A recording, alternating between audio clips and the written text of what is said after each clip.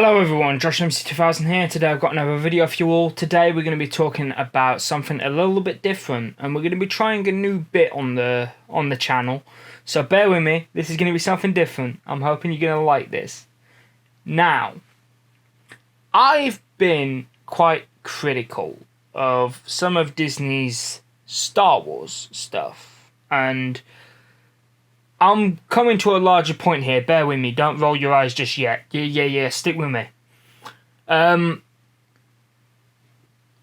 I decided to look into ways to look at some of the Legends books.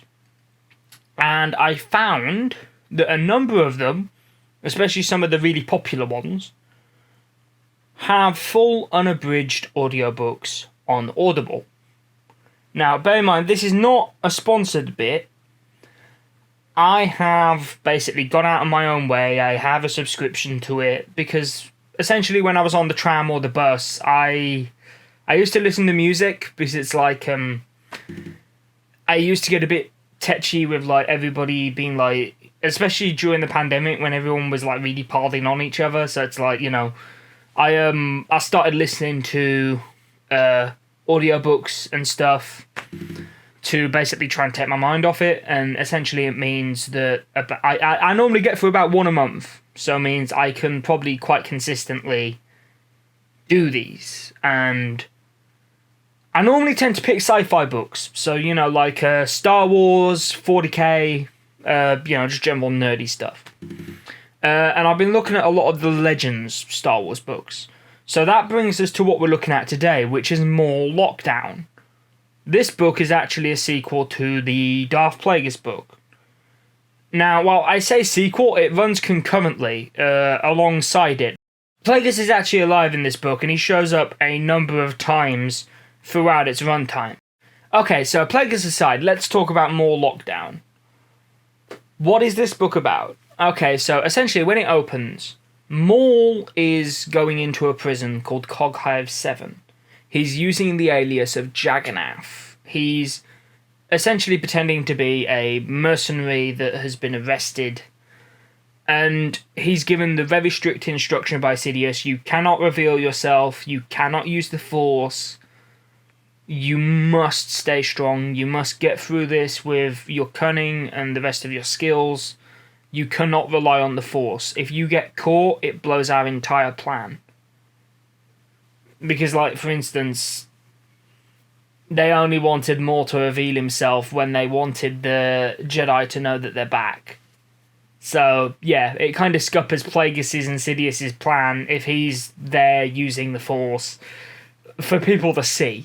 Because what we very quickly find out about this prison is, when the prisoners are brought in, they implant thermal detonations in their hearts, like little microscopic thermal detonators. Which, thermal detonations for non-Star Wars fans are basically grenades. Like, they're basically putting explosives in their heart. Think like the Suicide Squad. Interesting note as well about Zebrax, Maul's species. He's noted to have two hearts, which is just an interesting thing I noticed when listening to the audiobook. I'm not sure if that's the same in canon, but it was a comment he made. So, why the explosive charges? Simple answer. The wardens all have a keypad at their belt, and if a prisoner is misbehaving, stepping out of line, threatening people, they simply just punch in the prisoner's number, hit enter, and the charges explode. Prisoner drops down dead. So, yeah, basically a similar sort of process to the Suicide Squad. It's a way to keep people in line. Neat little detail, actually.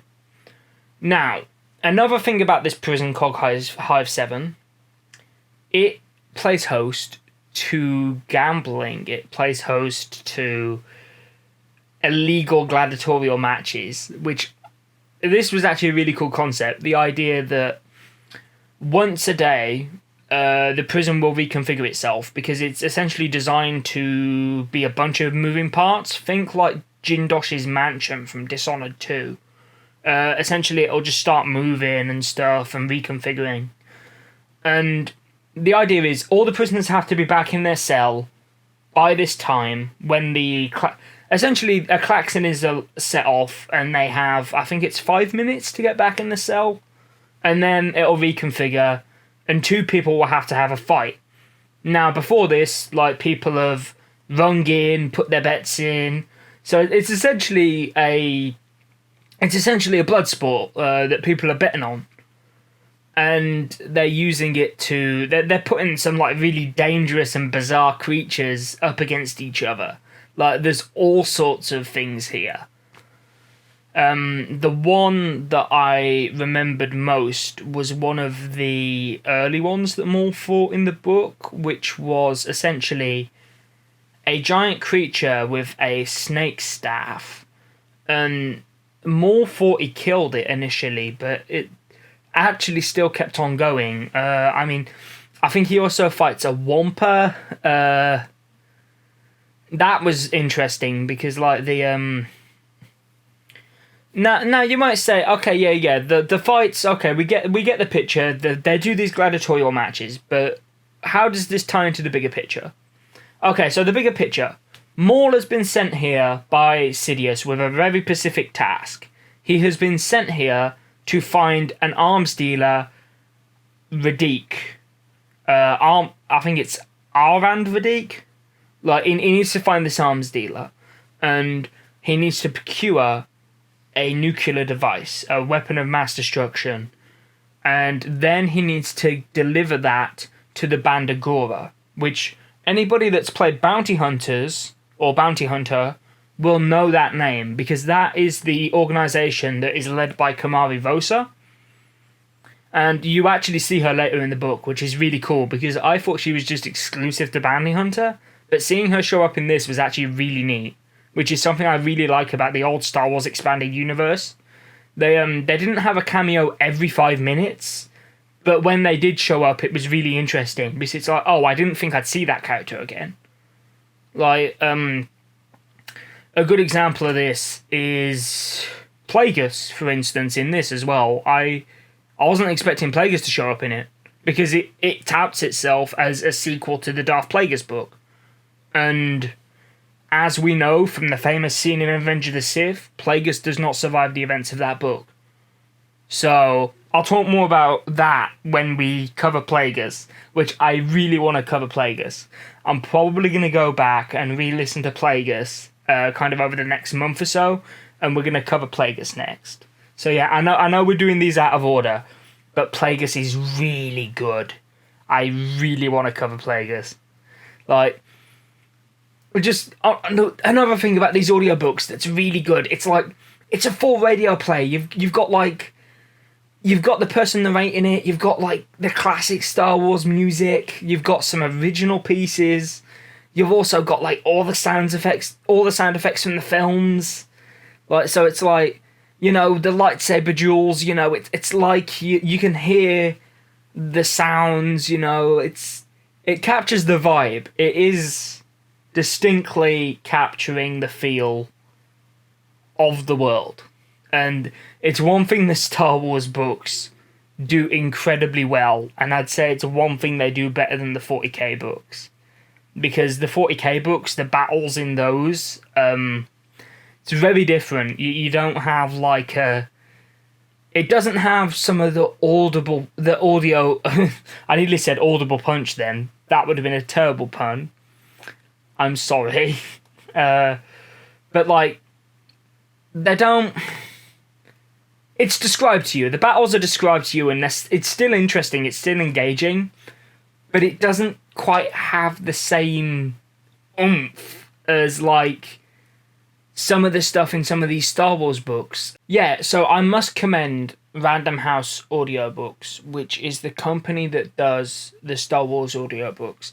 They're really high production value, and it's just, they're a joy to listen to. They're just really good. It's like, imagine if they adapted a Star Wars movie into like a radio... They remind me more of radio plays than traditional audiobooks. Because like traditional audiobooks is just the book being read to you. with a nice narration, maybe a bit of music. But like with the Star Wars ones, it's like, no, you get... Sometimes you even get different voice actors, which is like... I mean, the majority of the time, it's mostly the same guy narrating it. Which, for stuff like the Revan one, it gets a bit ropey because you have like a guy trying to do Bastla's voice, and Bastla has a voice already because she has a voice actress. So it's one of those cases where that one could have done with having another voice actor in it to do some of the other voices. But I must admit, some of them, I'm pretty sure Maul is... I'm not too sure. I think it's all done by Jonathan Davis, but like, Maul sounds so different. This guy's got range if that's just the one guy narrating it. Like, you've got characters like Egan and Zero that sound completely different. And then you've got, like, one of the other henchmen that's like this nutty, almost shaman kind of character that has just got so many screws loose and sounds nothing like the anybody else in the setting. I'll talk about him later. He comes in relevant later. Okay. So, Maul's got his orders. He knows who he needs to meet with. So, the first part of the book is very much dedicated to Maul kind of feeling his way around the prison. He's getting settled in, he's kind of blending in, he's also trying to figure out who runs the show, he's trying to track down this arms dealer. So it's like, yeah, and I'm trying to get more on topic now because it's like I spent ages talking about other stuff that isn't so relevant. But so essentially, like, he identifies there's one prisoner that's always like separate. He always gets treated better. So Maul creates a little distraction. Like he gets some cooking stuff and sticks it in he gets some. I think he sticks it in like one of the cleaning machines or something, and it blows up. Like he basically sabotages some of the equipment in the prison's kitchen, and then while that's happening, he makes his way over to him, and this is where we meet the character Zero. Zero is kind of like it's kind of like your typical kind of black market crook. He's a guy who's like, I can get you anything for a price. That's his whole deal. His whole thing is, I can get you whatever you need. And Maul's like, well, okay, I need a meeting with Radiq. Like, just straight up says to him, I need a meeting with Radiq. Guy laughs at him. He says, Radiq? You serious? Like, because there's the whole thing where people aren't sure if Radiq is real or if Radiq is a myth. Because essentially the idea is, people seem to think Radiq is a boogeyman, kind of like a tale you tell you. Like if you're like a out of room criminal, like it's kind of a tale you tell your kids, like, oh, don't get too big for your boots, or Radiq will come and get you, like, and essentially, like, Maul knows Radiq is real, and Sidious knows Radiq is real. Like, that they know Radiq is a real person, but it's just working your way through to try and get to him. Because it is like... the only reason he survived this long is because he is hidden very well. Like, I don't think we meet him until like well past the 3/4 mark. Well past the 2/4 mark. No, 3/4 mark. Yeah, well past the 3/4 mark. That's kind of when we meet Radiq. It's coming towards the end of the book, and there's actually something really interesting they do with Radiq, which I'll get to it when we get to it. But so Maul, like, is working his way up, and he eventually manages to, like, for the time being, he settles for Zero getting him stuff to use a communicator to get in contact with Sidious to report his progress. And he essentially works his way through the prison trying to get... trying to figure out who Radiq is, right? And he's basically solving is basically solving it, is having to do a bit of detective work. And then, while this is going on, we cut back to two sets of characters. We cut back to Warden Blur and her brother, which is that she's the person who's running the prison, and she's the person who's, like, operating the gambling stuff. So she's talking to, like, the head of the Games Commission, that, you know, that kind of stuff. And then you've got the other character is Egan and his father. Egan is someone who saved Radique's life, and he came to Coghive 7 with Radique to get away from the Bandagora, because Radique was... the Bandagora were going to try and kill Radique, but Egan's father turned traitor against the Bandagora and helped Radique. So that put a target on both him and Egan. So they've ended up in Coghive 7 as well. Now, here's the thing. He's training Egan, and he's getting Egan ready because he knows eventually Egan's going to get pulled up for a fight. But Egan probably isn't the kind of person that's going to win. Egan's, like, you know, he's too kind. He's not got the makings of someone who's willing to, like, kill in, like, one of these death matches, which, you know, kind of, yeah. And the whole thing is, like, he knows it, but he's like, he doesn't have the heart to tell him that, hey, look, you know, no matter how hard I train you, the kind of things they have in here, you're not going to stand a chance. You're just a guy with two fists. Like, you know, they could put you up against a Wampa. Like, you know, you haven't got much in the way of options. And there's also... oh, wait, there's another faction that we cut between. We cut between two gangs, which are the Boneheads and the Gravity Massive. These are the main two gangs in the prison. They kind of fight each other. They've got a big rivalry. Warden Siddiqui actually encourages it, and she uses it to... like, she'll do big matches with them fighting each other, and, like, the way they work out the matches, they're actually like, okay, this person's in this gang and this person's in this gang, so they can't fight each other. Like, or this person's in this gang, which is opposed to this gang, so they can fight each other, because that'll make the fight more interesting. Like, and so, yeah, it's kind of like, it's very kind of like, Blur is actually, like, really, she's really kind of, like, it's kind of smart how they're running it. But the other thing as well is, the thing we see with her is we eventually kind of see it start to unravel before, like, it all hits the fan. I'm not going to talk too much about the middle, because I want you guys to experience it. It's a couple of hours long, probably about... I want to say 12 hours. But it's like, you know, you think, oh my god, 12 hours, that's really long. If you are listening to that while on... let's say you're going on public transport somewhere. It's an hour there, hour back. You do that every day for a week. You'll get through it eventually. Which is essentially what I've been doing with these. Like, thing is, at the moment, the trams are out, so I'm having to get the bus to Birmingham. So if I want to get down to Birmingham, it's a 2-hour trip there and a 2-hour trip back. So I've essentially got 4 hours where I'm doing nothing but sitting on the bus. So essentially, I'll be listening to these audiobooks just to kill the time. So, you know, it's... okay, so right, now... we've talked a bit about the setup, right? So let's get into the interesting bit.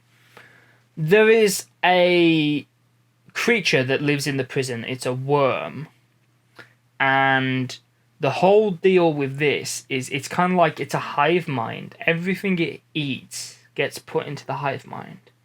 And, like, Maul keeps hearing, like, screams and whispers whenever he's near it. And any Force user kind of hears the echoes of the hive mind, and the chapter cards for each of these are actually really eerie, because it's like it's the chapter card, but you've got, like, the voices kind of the worm, like echoing like 7, 7. Like, you know, like it's really eerie. Like something I'd expect from Death Troopers, not Maul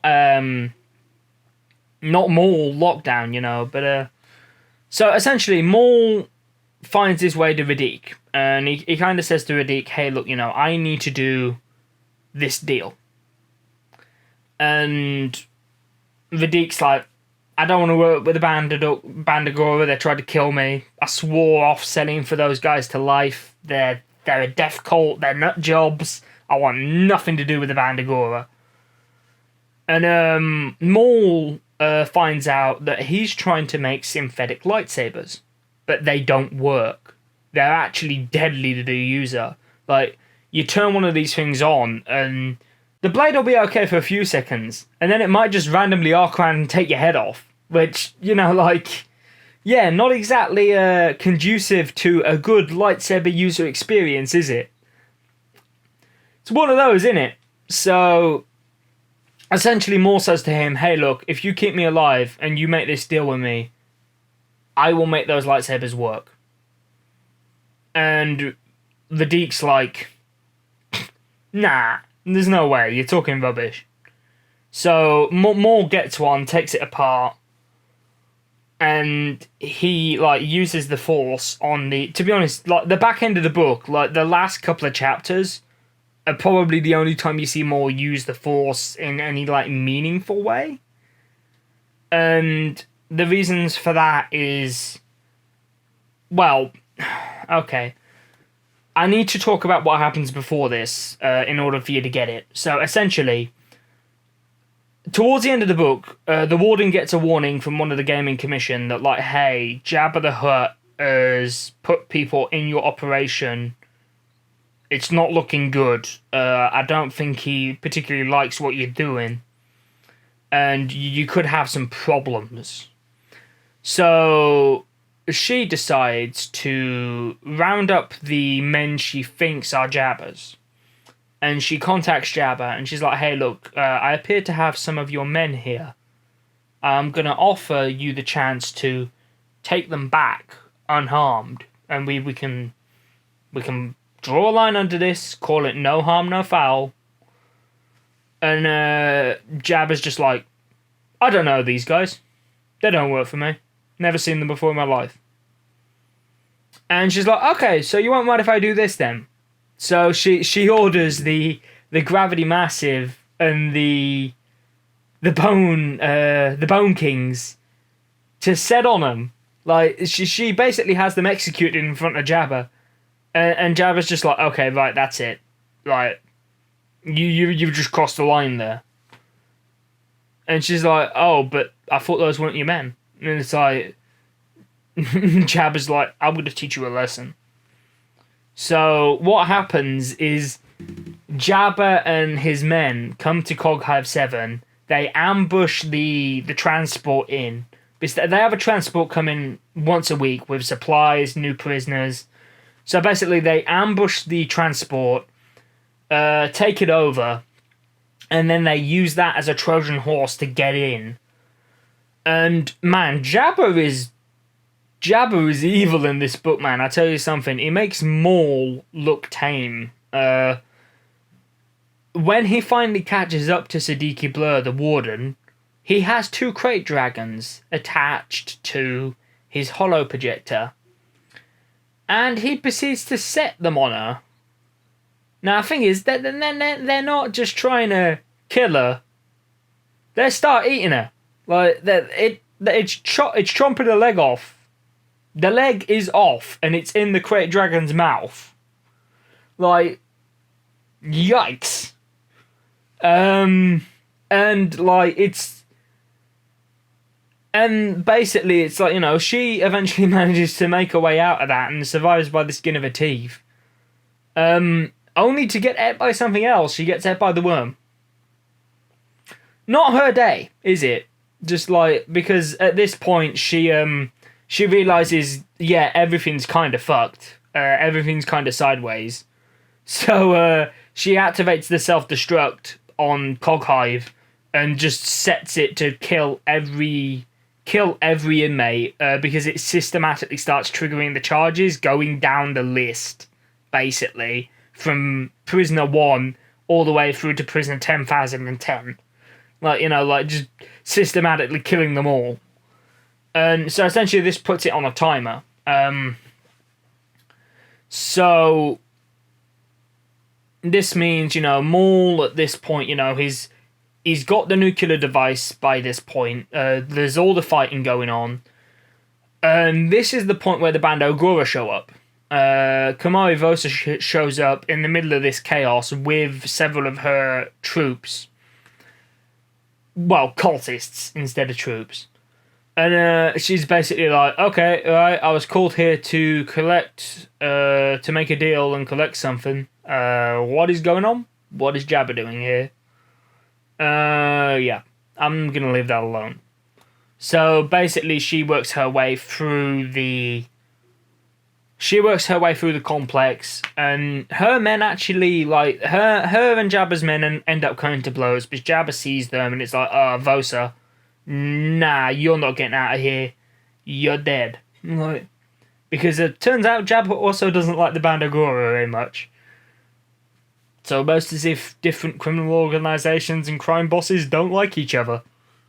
Hey ho. What do you know? And yeah, so essentially they end up fighting each other, and then they end up coming across the worm and fighting the worm.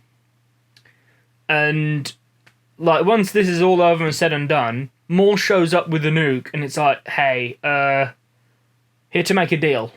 Vosa, expecting a trap, draws both lightsabers and goes at Maul. At this point, Maul has one of the fixed lightsabers that he took from Vadik. So he's like, okay, right, bring it then, Jedi. Like, because when he finds out Vosa's coming, he is furious because she's essentially a fallen Jedi that's become like a dark side user. He finds that disgusting. Like, because he is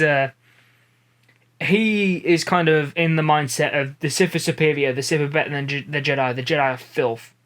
Like, and she's trying to be a Sith. She's carrying the red blades, like, this Vosa was originally like, kind of like, I get the vibe she was an early version of Ventress, although they are different characters. She has a very similar kind of dual curved hilts, like, tied to Dooku, same as Ventress, but just in a different way. She was one of his Jedi apprentices that fell to the dark side. I'm really looking forward to that new thing they're doing, by the way, that's going to be showing Jedi Dooku. Interesting. Speaking of Jedi Dooku, you also see a bit of him in Plagueis. We will cover that when we get to Plagueis. I know I'm doing these two books out of order. I'm sorry. This is the one that's fresh in my head. So essentially, Maul and Vosa start dueling for a little bit. They're fighting each other. Maul's got an injury because Vadik, when he was trying to get the nuke from Vadik was like, haha, I'm going to betray you. And shoots Maul in the shoulder. And Maul just kind of shrugs it off, and they kill Vadik. Maul doesn't actually kill Vadik. It is actually Egan. Egan just essentially like dives on Vadik and like twists his gun back and causes him to shoot himself, which is like, woo. That's actually Egan's. I think it's like his 6th kill. It's like he kills 5 guys that try and kill his dad, because at this point in the story, his old man's like dying, is not in a good state. He can't fight for himself, so that's kind of what motivates him to be like, hey, you leave him alone. And that's what gives him the push. And Maul very much, he doesn't really care for Egan. It's very much one of those where, like, he thinks Egan's dead at some point, and he's like, alright, whatever. Still got a job to do. Maul is still very much Maul. He's still very much a Sith. Maul is not my favourite dark side user, but he was an interesting protagonist for this book, because Maul is actually very good, like, without his lightsaber and without the Force. He is very martially proficient. Like, honestly, if we see Maul again in something like animated, I want them to take his lightsabers away and actually have him use his skill with his hands and his feet, because in this book he's really good. He's spending the majority of it fighting without a lightsaber. Like, it's as I say, it's only really the last couple of chapters he gets a lightsaber, and we have the mandatory lightsaber duel with Kamari and Maul. And that's an interesting thing. I was never expecting them to fight, but, you know. Overall, I won't spoil exactly how it ends, and I won't go too much more into, like, the bits in the middle that lead up to what I've talked about. But I just hope what I've spoke to you about here is enough to get you interested. Because Maul is actually a really good... Maul Lockdown is the full title of it. It's really good. I really enjoyed this one. I mean, it's probably not the best Star Wars audiobook, but it's really good. I mean, if we want to talk the best, probably wait until I start covering like Path of Destruction and Rule of Two. They're really good.